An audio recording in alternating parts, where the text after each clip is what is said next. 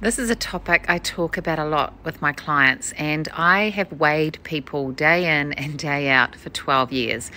So I want to share my thoughts on the best way to weigh yourself. I'm going to talk about what I do and also what I recommend my clients do.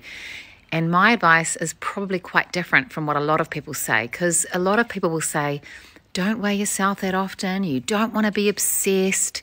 And I think a lot of people do have trauma with the scales, but I look at it from a different way. So weighing yourself regularly is one of the best things you can do to get an insight into what's impacting your body's inflammatory regulators. So when you weigh yourself and it goes up quite dramatically overnight, that's fluid. Okay, you're not going to gain half a kilo of fat per day. That's just impossible. So when the scales jump up, it's a sign of fluid retention, possibly inflammation. Now that could be caused by hormones, it could be caused because you're not drinking enough water, it might be caused because you've eaten something your body doesn't agree with. So I actually recommend that you weigh yourself. Most people weigh themselves every day.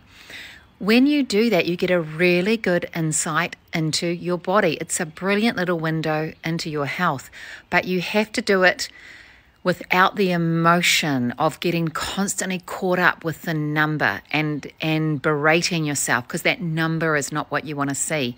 So you have to be able to do it in quite a, dare I say it, mature way, where you're looking at the scales as data and an insight into what's going on within your body, rather than getting all emotional about it. It's one of the best markers you've got. So I recommend daily weighing. Now, if you just weigh yourself once a week, look, that's fine. There's no rules. However, what you'll see when you weigh yourself daily is just how much it can fluctuate each day.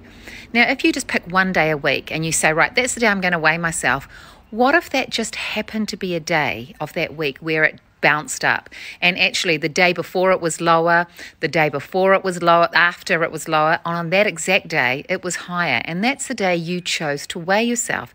So you're going to be gauging your progress based on one reading.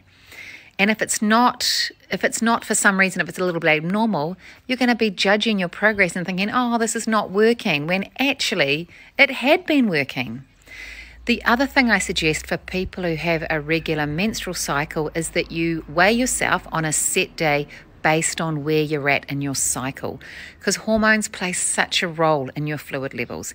Usually for most people, a really good time to weigh yourself is about day 20 or day 21. So you either weigh yourself really regularly or weigh yourself on a certain day of your menstrual cycle. That's my recommendation. And if you do weigh yourself once a week, just know that if it doesn't look quite right, check maybe a nut for the next couple of days and just see if there is possibly a pattern. Because when you look at data, you want it to be as accurate as possible.